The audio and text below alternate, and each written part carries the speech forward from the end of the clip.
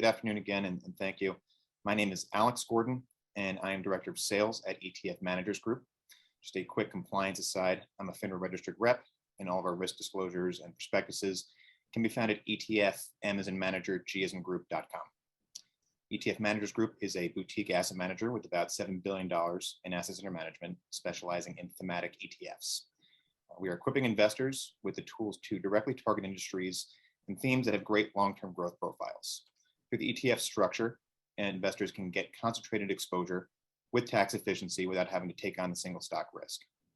Some examples include the first cybersecurity ETF, HACK, H-A-C-K, our first travel technology ETF, ticker AWAY, as well as a best-in-class broad-based ESG fund, ticker on that one is ETHO, ETHO.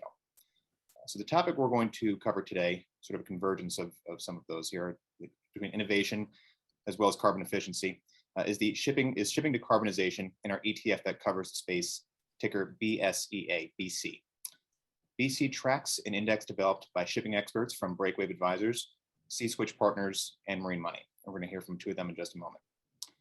So John Kartsonas is managing partner at Breakwave Advisors. From 2011 to 2017, John was the senior portfolio manager at Carlyle Commodity Management, a commodity-focused investment firm based in New York and part of the Carlyle Group. He was responsible for the firm's shipping and freight investments. And during his tenure, he managed one of the world's largest freight futures funds globally. Prior to this role, John was co-founder and portfolio manager of isBSEA Fund, an investment fund focused on shipping. And prior to that, was the leading transportation analyst at Citi Investment Research, covering broader transportation space, including shipping. And before that, equity analyst focused on shipping and energy for S&P Investment Research. And he currently sits on the board of Synergy Maritime? Synergy Maritime, correct. Got the pronunciation. A publicly traded dry bulk shipping company. And Harold Malone is the principal at C-Switch Partners. Hal is an experienced maritime and financial executive and principal of C-Switch, a partnership of seasoned maritime experts who share a deep commitment to ocean decarbonization. In addition, Hal is a member of the index committee for the Marine Money Decarbonization Index, which underlies BC, and serves as executive manager for Marine Transformation Partners. Prior to founding C-Switch, Hal served as the head of transportation at Invesco Private Markets, a private investing division of Invesco, overseeing an over $2 billion maritime investment portfolio. So the format here, John is going to take us through a few slides, just sort of set the stage. And then we're going to have something of a Q&A format from some of our most commonly asked questions. But we encourage audience participation. Use the Q&A button there, and we'll get to your questions eventually here. So with that, I will turn it over to John. Thank you, Alex, and welcome everyone. I'm very excited to be here to present our new ETF, BC. For those who doesn't know, Breakwave Advisors basically is a sponsor behind BDRI, which is another ETF we brought together with ETFMG in the market several years back. Actually, BDRI is the best performing ETF this year across all markets. And 6 months ago, we decided to look at another, what we think is very innovative ETF called BC, and we're going to discuss about that today. So let me share here the screen with you and basically go through a few slides to explain to you what we're trying to achieve and what BC is all about. So as I said before, BDRI was our first ETF. I'm not going to talk much about it, but it follows dry bulk shipping.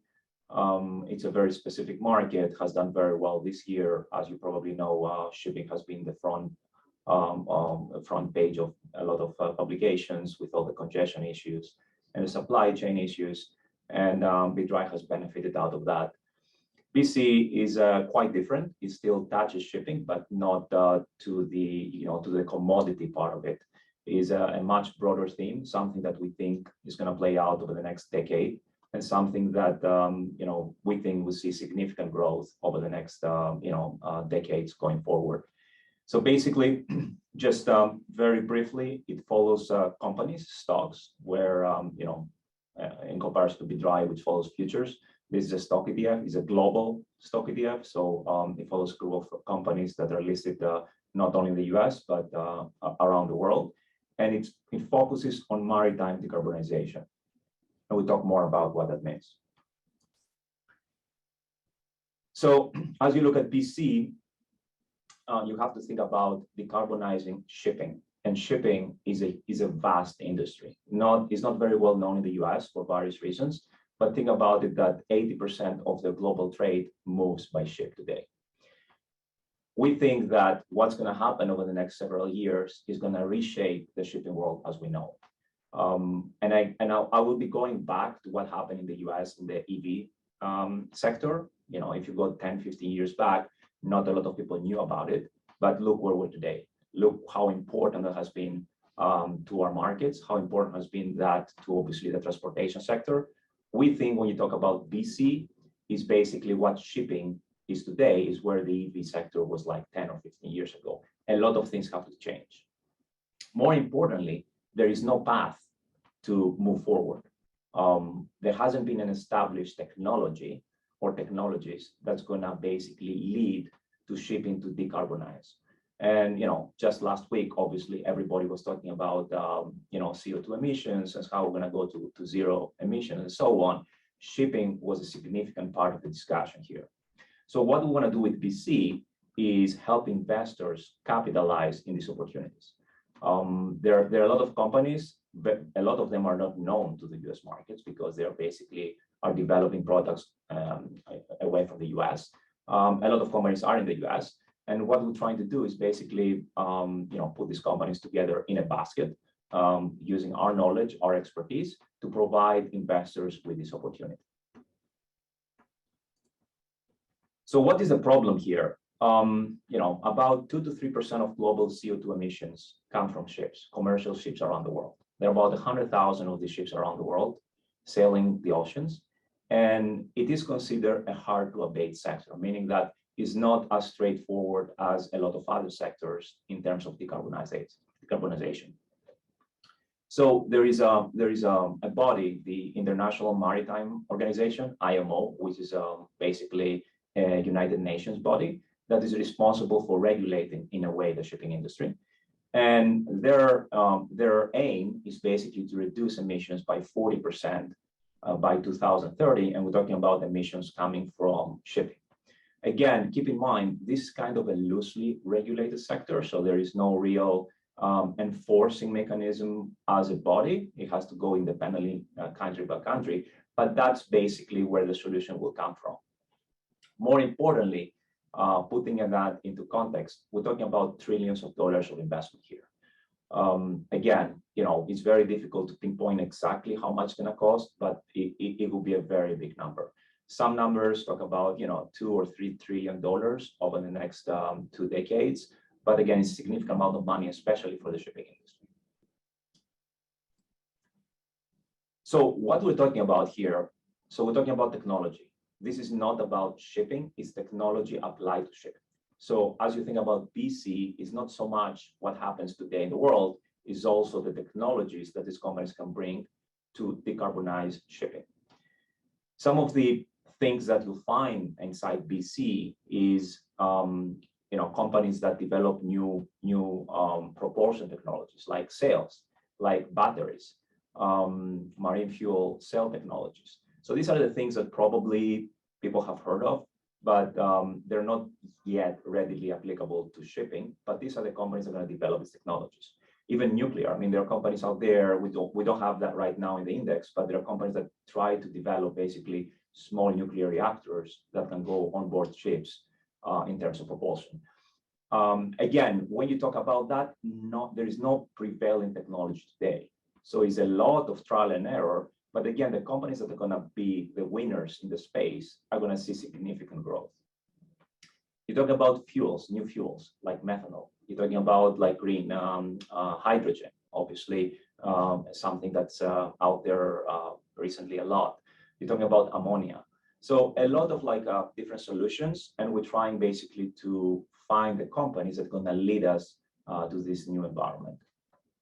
Lastly, there is a lot of offshore wind investments as well as other energy production technologies that touches the shipping and the maritime sector, and we're also looking at these companies. So this is a list of the 20 names that account 80% of our index. So what we try to do here is basically weight the index, the maritime decarbonization index, to the winners. Why we did that? Because we want to create basically a product that will provide the maximum leverage to the winning technologies down the road. If you were to put like 50 or 70 companies in the index, yes, some of them will be the leaders, but you won't get the same, call it, data exposure to what's going to happen. So what we did is like we took the 20 names that today we think are going to be the winners, and that accounts for 80% of the index. Obviously, the index will be rebalanced and reconstituted as we go. And as you will see on this list, a lot of names are not very well known to the US markets. And I think that's where the value added product comes for BC. These are names that they're not really the most invested names out there, like the names that we all know about green technologies.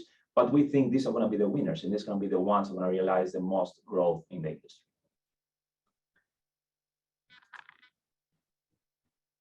Very importantly, this is all about the environment. So when you think about a greener planet, investing in green technologies, helping the environment, BC is exactly that what it is. More importantly, this is not about the companies that are trying to basically present themselves as green companies. We're talking about technology companies that are going to change the planet. And I think that's very important because when you look at ESG investments today, basically are companies that are trying to present themselves as green, environmental friendly. This is not what we're trying to do here. These are the actual enablers of the new technologies. Also, again, this is the first ETF that is investing these new green technologies for maritime. I think that's very important because you do have a lot of ESG ETFs out there, but here we're talking about something that has not been there before. Global, very important here. So this is not US focused. As you can see, I would say about 1/3 or so is US, but there's a lot of Norway here because Norway has been the leader in terms of these new technologies. And then you have various European countries. And again, I think like most of the innovation is happening not in the US, but in Europe, Northern Europe especially, and so on. Eventually, maybe we'll have Asian names there, but we didn't find really something that today really represents something that should be included in this index. So just to summarize, basically very unique theme. It touches shipping. It is a technology, however, main theme, and it touches a very specific sector. Shipping in general has been an uncorrelated sector. Again, as I said, we're not really a shipping fund, but we touch an industry that historically the returns have been uncorrelated. It is a growth subject here. Shipping is very cyclical, but again, we're talking about growth, in the trillions of dollars over the next few decades. Very difficult to access companies. Some of them, obviously, everybody can buy anything today in the markets, but in order to get the knowledge and the understanding of these industries that are developing these technologies abroad, I think that's where we'll bring the value, basically. And that goes back to our experience and expertise. We partnered together with C-Switch and Marine Money, and both of them have decades of experience in the sector and in the technologies that have developed over the last few years. Finally, as we do with BDRI, we're going to support basically the product with research. We have some of the brightest minds actually in the industry that provide a lot of content, research, and so on, and you're going to see much more coming out from us over the next several months. So these are basically the three partners that develop the Marine Money Decarbonization Index. It's us, and then I'll talk more about Marine Money, which is basically a company with significant experience in shipping. And then C-Switch, which basically is headed by Hal, and he will discuss more about that. Again, if you see all of these three companies bring something unique to the table, and I think that's very important when you talk about new technologies, especially for shipping. Just briefly, how this index has performed. Again, we started in 2019 because a lot of the discussions about maritime decarbonization started in 2019. If you go further back, some of these companies were doing other things in shipping, like engines, like some of them, they were touching the environment, but not on the decarbonization front. So it has performed quite well. Again, a lot of this has to do with obviously the environmentally focused investing in the last year or so. But versus what the broader markets have done, they have obviously outperformed. Very briefly on the index and the composition. As I said before, 20 of the companies account for 80% of the weighting. And then we have between 20 and 40 companies at any given time that account for 20% of the index. Now, obviously, it's very easy to understand why we're focusing on these 20 names. The other 20%, which we call the tracking tier, is basically companies that are not there yet, but they're promising. So we want to have basically kind of a scaled approach to that. So whoever is in this tracking group is basically kind of monitoring, and if they do a breakthrough in terms of like bringing something into the market, becoming like a leader in the market, then the idea is that they can move up in the core tier, and then somebody else gets downgraded, let's say, back to the tracking tier. So that's more of like where the value added product comes from our perspective in terms of the index, but also it provides this beta exposure that we talked about, that if indeed these are the leaders, this is going to outperform a lot of other broader and equally weighted indices out there. So that's from me in the presentation, and I'll be happy to obviously together with Hal answer any questions you might have. John, we appreciate you taking us through those slides here. Why don't we start with Hal and just hear kind of broadly speaking here, what can you tell us about the current transition that's underway in the shipping industry to green technology? Great. Well, first of all, Alex, thank you for having me today and for hosting this event, and thank you to everyone else who has joined. This is something that we're very excited to have the opportunity to share about with you today, starting with, as John said, because we view maritime as a critical industry for the global economy. I think that's become very obvious to people over the past few months. But as John said, 80 to 90% of all global economic activity does move by marine transportation. So it is a sector that will require addressing for the world to meet its global climate objectives. To put it in a little bit more scale, it is a very large segment and a large contributor today of carbon emissions. So if it was a country, it would roughly be equal to the size of Germany. So you're talking about a very large problem that's going to require significant action to address.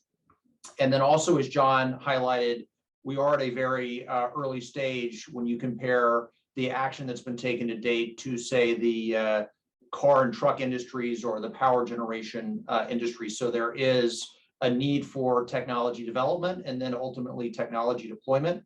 And that's why we're very excited to have had the opportunity to partner with you to bring this opportunity to investors to, one, make the broader markets aware of these investment opportunities, and then to give people an opportunity to participate in what we think is going to be a tremendous amount of growth in these companies going forward. Okay, so I mean, as far as the subsectors, and I know that John, you touched on some of them during some of the slides here, can we maybe elaborate on a few of those, maybe give us some examples as to how they have the direct connection into the shipping industry, and maybe what does some of this technology consist of?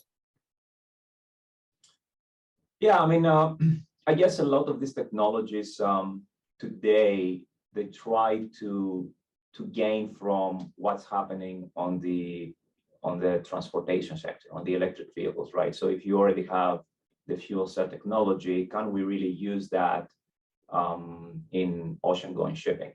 And sometimes you can, sometimes you can't, because there is a lot of safety issues, right? When you're in the middle of the ocean, the last thing to do is not have your own power generation, right?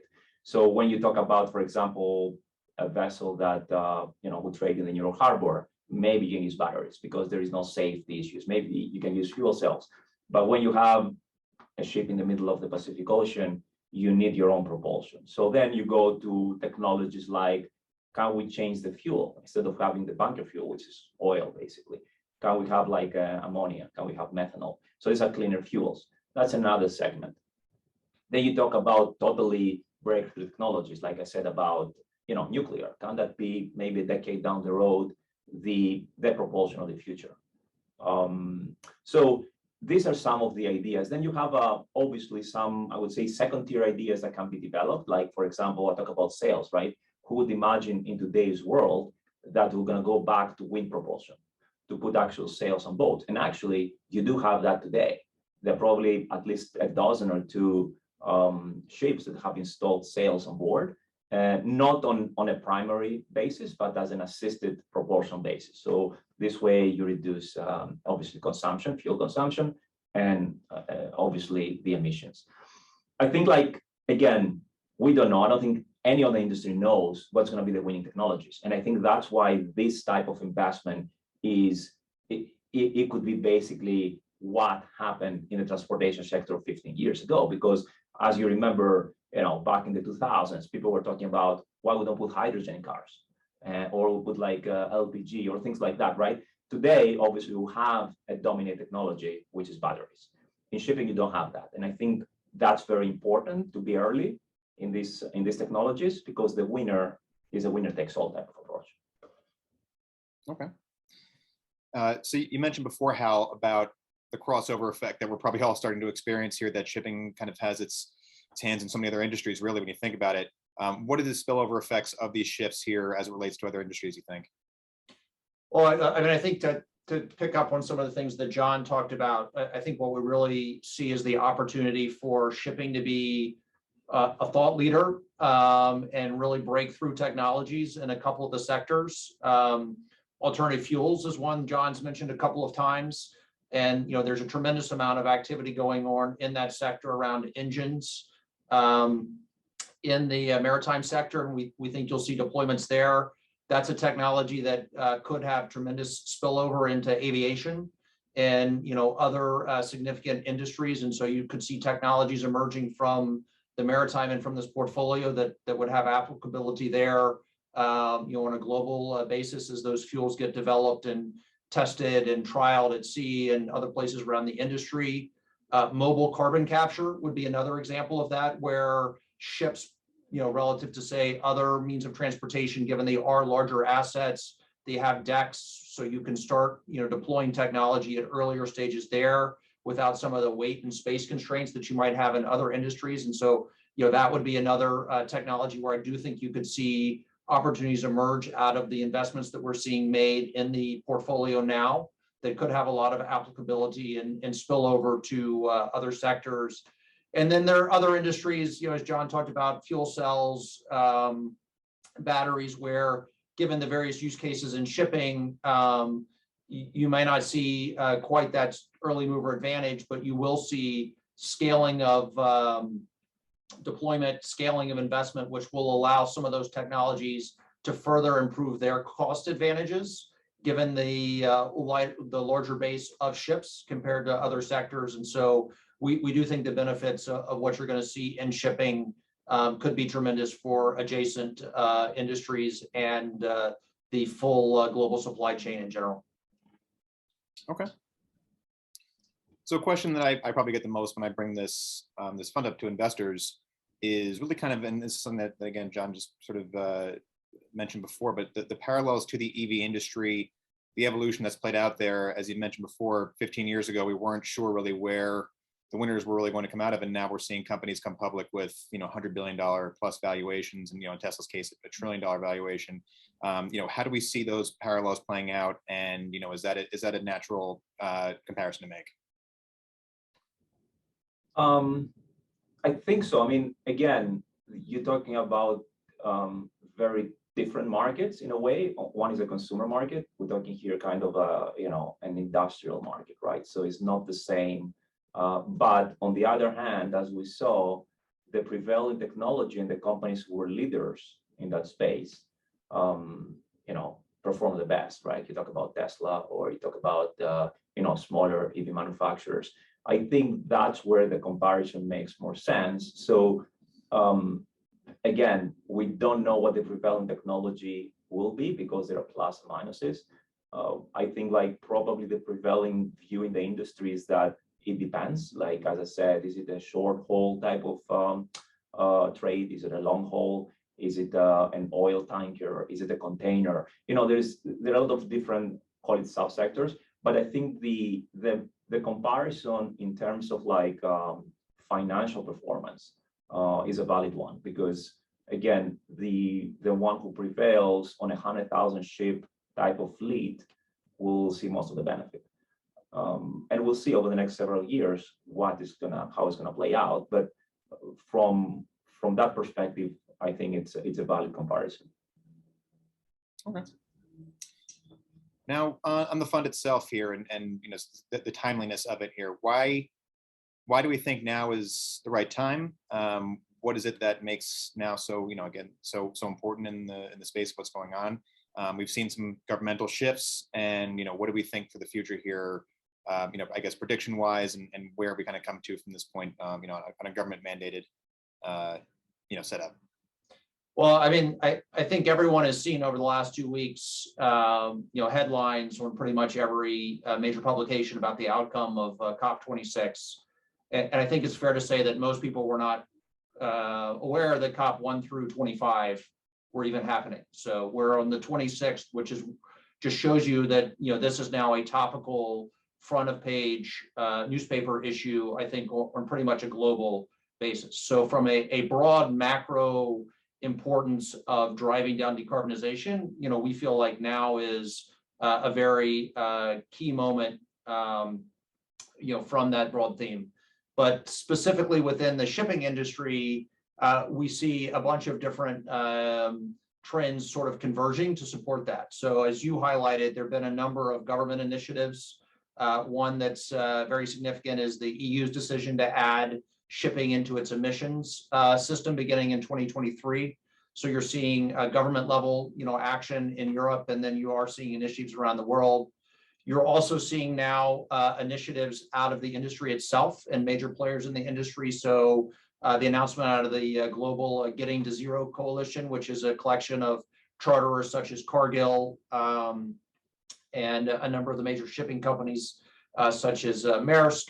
And then you're also seeing the end users, particularly the consumer-facing ones with a presence in Europe, also making announcements. So the Aspen Institute was very at the front of putting together an announcement with names like Amazon, IKEA, Unilever, that are also making commitments for zero shipping coming quicker than what we're seeing out of the governments and other parties. So we're seeing the government set the stage. We're seeing other people taking greater initiative, and so we think the timing is excellent. We're going to see real large deployments of these technologies. We're going to see technologies moving out of the test phase and the prototype into the actual deployment, and real investment going into these companies, and the winners begin to separate themselves. And so we're really excited about the timing and the opportunity to get in at a relatively early stage on some of these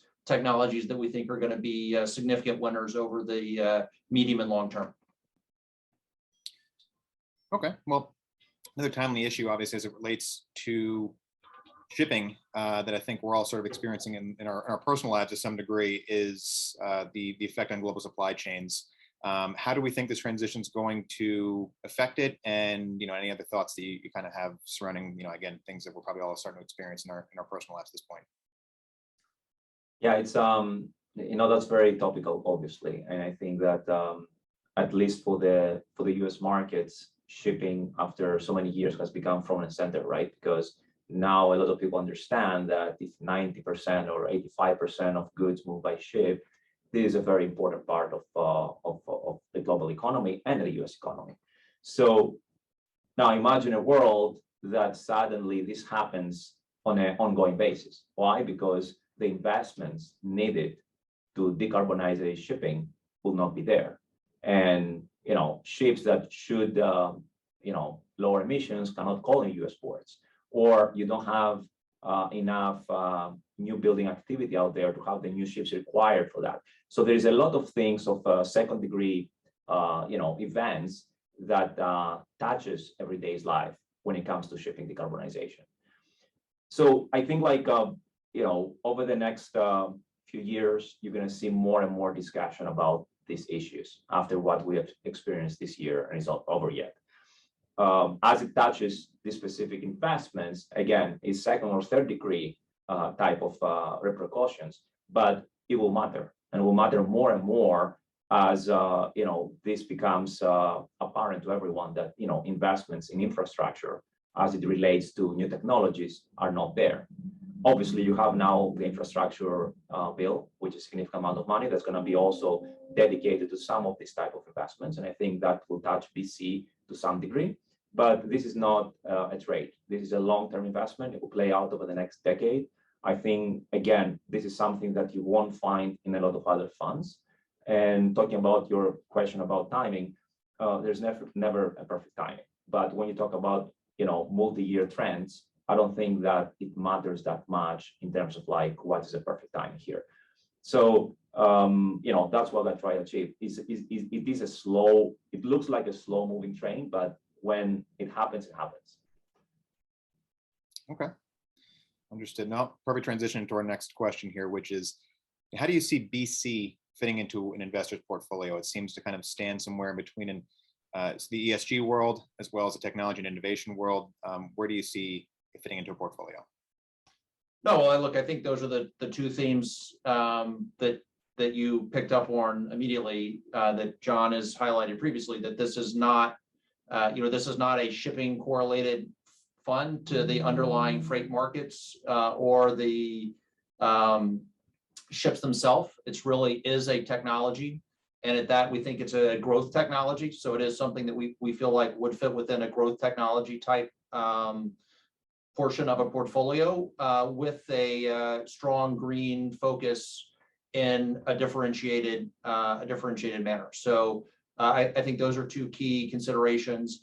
The other thing which John pointed out is that it is a global fund in its nature. So while a portion of the companies in the US, there is a significant amount of exposure to stocks that are listed in Europe, particularly Northern Europe. And that's very relevant for the theme that we're looking at, because the Scandinavian countries are in general leaders in green technology, both from a power and a alternative fuel side. But really, when you talk about the combination of those technologies and the history of marine engineering and shipbuilding that they have in those countries, it really is critical to have an ability to access those stocks. And those are something that are generally not that accessible or available in an efficient manner to a US investor. And so part of what we feel the value we're adding is the research that we're doing to identify those names and then provide the average US investor an ability to get exposure to those stocks that are not going to be household names, at least in the near term, for your average US investor. Okay.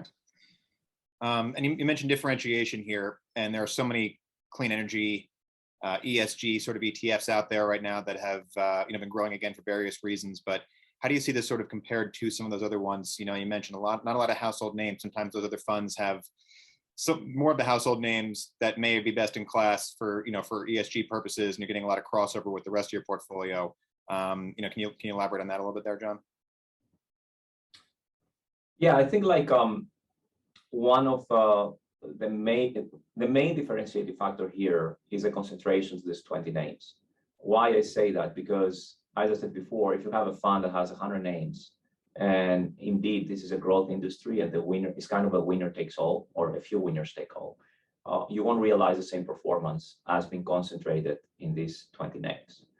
So I think that's one part. The second part is we have behind us a lot of expertise and knowledge of this sector that is not a very widely researched sector of shipping, right? And especially when it comes to decarbonization, where we think we can identify these winners, at least most of them, right? So if you put these two together, and most people who manage money understand that you have a very wide diversified portfolio, you're doing well, but you're not going to capture a specific theme as clean as we can do it with BC. I think that's a very important differentiating factor.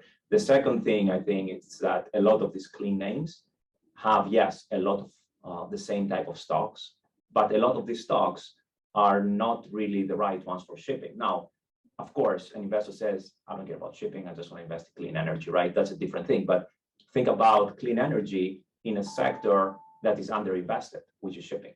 So I think you get both good from both worlds, right? You have an underinvested sector that is about to grow significantly over the next several years, plus the clean element that you get from these companies.